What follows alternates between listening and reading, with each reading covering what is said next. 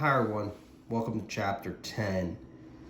So in this video I want to explain basically what we call simple interest calculation. Alright, so again let me first start by saying a couple things. When looking at interest, at least in America, interest is always based off of an annual percentage rate. Alright, so what that means is if a loan is for less than a year, that annual interest rate has got to be converted to days or half a year and so forth. So you got to break that down.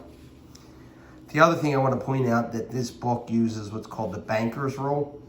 So when they're basing things off of 30 days or 60-day loans, they're going to use 360 days for the year opposed to 365. That confuses people.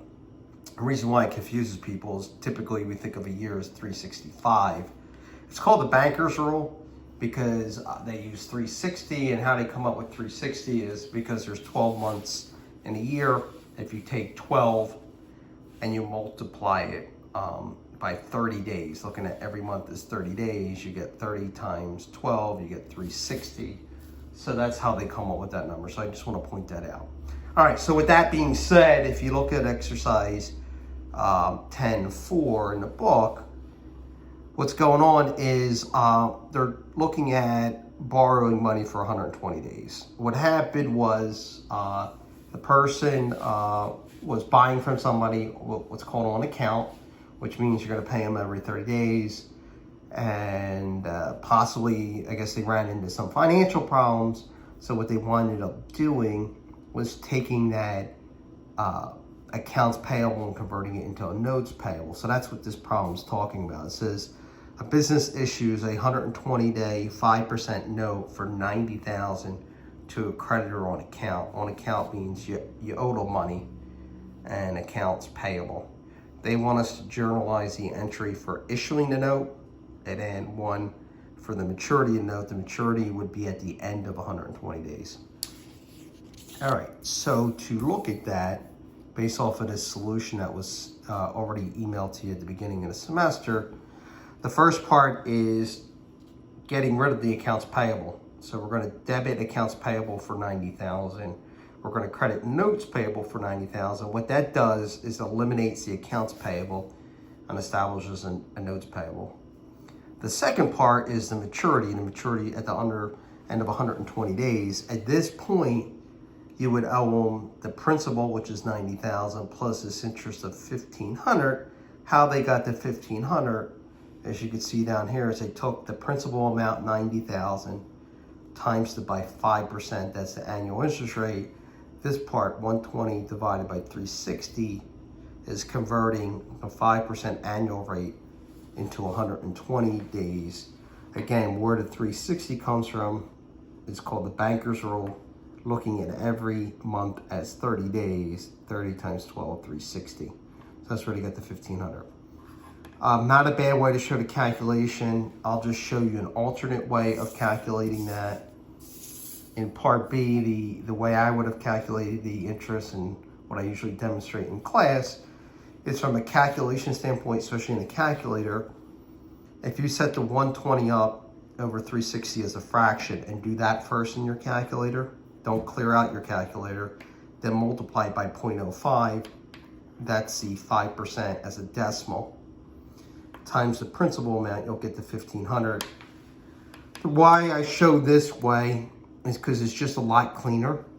What I mean by cleaner is you could just use your calculator on your phone or whatever, and you don't have to clear it out. So 120 divided by 360 is a 120-day note, divided by the year, 360, banker's rule. Don't clear it out, that's going to be like a fraction. Then multiply that by 0.05, which is 5% as a decimal, times it by the principal, you get 1,500.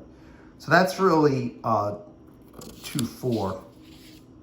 So moving on to 2.5, still a lot of this is the same, all right? But now they changed to what's called a discounted note. So this one word discounted note changes the whole thing. And I'll explain what that is. In short, what it really is you're going to take out the interest in the beginning opposed to the end. So this business issues a 60-day, $75,000 accounts payable, but now they're going to discount it. Again, they want you to do the issuing of the note and the payment. To look at that, what happens here is when you issue it. So A is the issuing. 75,000 is being credited in notes payable. That's what you're going to pay them at the end. How they got the 875 is they simply took the principal amount, multiplied it by the annual interest rate given. 6 divided by 12 is 60 days out of 360 for the year, get 875. So the 875 is the interest. They then took the 875 off of this to get that number. So unlike the other problem where we ignored the interest in the beginning, now we're calculating the interest in the beginning, removing it from the notes payable, which is 75,000, and the accounts payable gets debited for 74,125.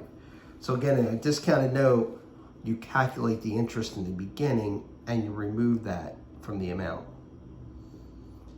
When you do the payment of the note, then all you got to do is debit notes payable, in this case 75,000, credit cash.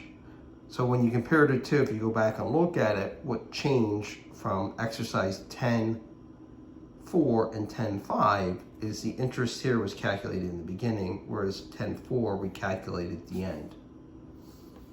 Again, not that I'm not necessarily a big fan of this, but an easier way to do this calculation for the interest would be to do it the way I did it in the other one. In part A, when you're calculating the interest, you could have done 60 for 60 days over 360 bankers rule times 0.07. 0.07 is the annual interest rate times 75,000, which would give you 875. Again, why I'm showing you this is because in your calculator, if you just do it, take 60 divided by 360, then you don't have to clear out the calculator, the memory. Just multiply it by 0.07, the annual interest rate, times it by the principal, and you'll get 875, a lot easier than the way the book does it. All right, the last one, 10.7. In 10.7, what they're doing is they're buying land for 400,000 and the building for 560. So you're getting two assets, total of 960. You're making a down payment at 360. The annual interest rate is 5%, and the remainder meaning the amount that you didn't pay. So you only paid 360, right, of the 400 plus 560 of the assets. So you're really getting assets of 960, 400 plus 560. You only put down 360. That remainder would be 600,000, not shown here, but that's what it would come out to. That amount is going to be a mortgage on it. How you're going to pay this note and mortgage means the same thing, is you're going to make 20 payments, semi-annual. Semi-annual means you're going to pay it twice a year. So every 6 months. That's what the semi-annual means. Every time you make the payment, you're going to pay 30,000, which is going to be off the principal. The principal here again is the 600,000 you're borrowing. So you're going to knock 30,000 down for principal. Then you're going to pay what's called the accrued interest. The accrued interest is going to be based off the 5%. They want us to journalize the entry on June 30th when we get the stuff.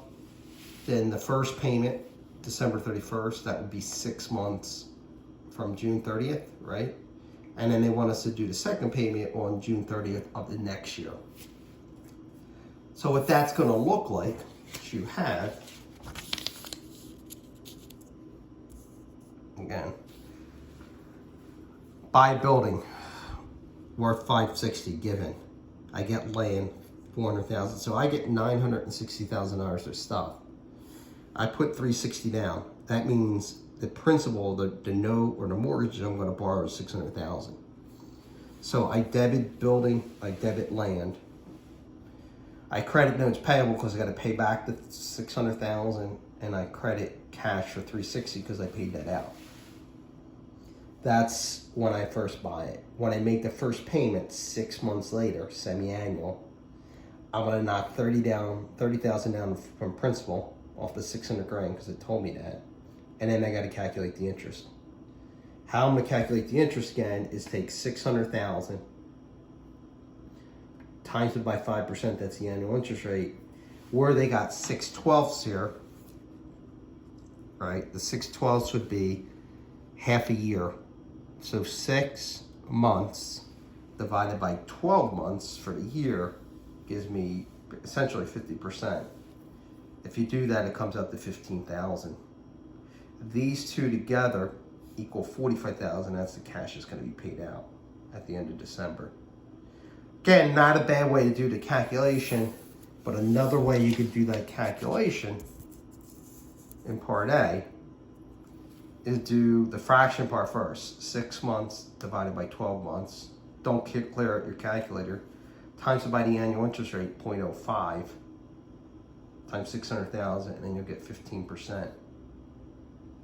So that would be another way to do that. In Part C, now I'm going to make another payment. Now what's tricky about this is now I don't owe 600,000 anymore. Why? Because I paid off 30,000 in the principal. So you can see what I did down here. The solution had 600,000 minus 30,000, but your new principal will be 570. Why? Because you paid off 30,000 in the principal here. 570 times 5% times half a year, 6/12 would give you that 14,250. The interest is going to be different because now you owe less money. Interest is a component of the principal times the annual interest rate. So why this is less is because the principal's less. These two, 30 grand plus 14,250 added together equals 44,250. So in your payment, it's going to be less on the second payment. Why? Because the principal went down by 30 grand. Again, another way you can calculate that Part C would be, again, 600 grand original principal minus the 30 grand you knocked down, 570.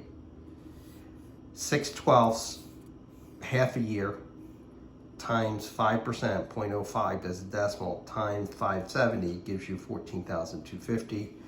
Again, this is just so it's cleaner and you don't have to clear out the calculator, if that helps.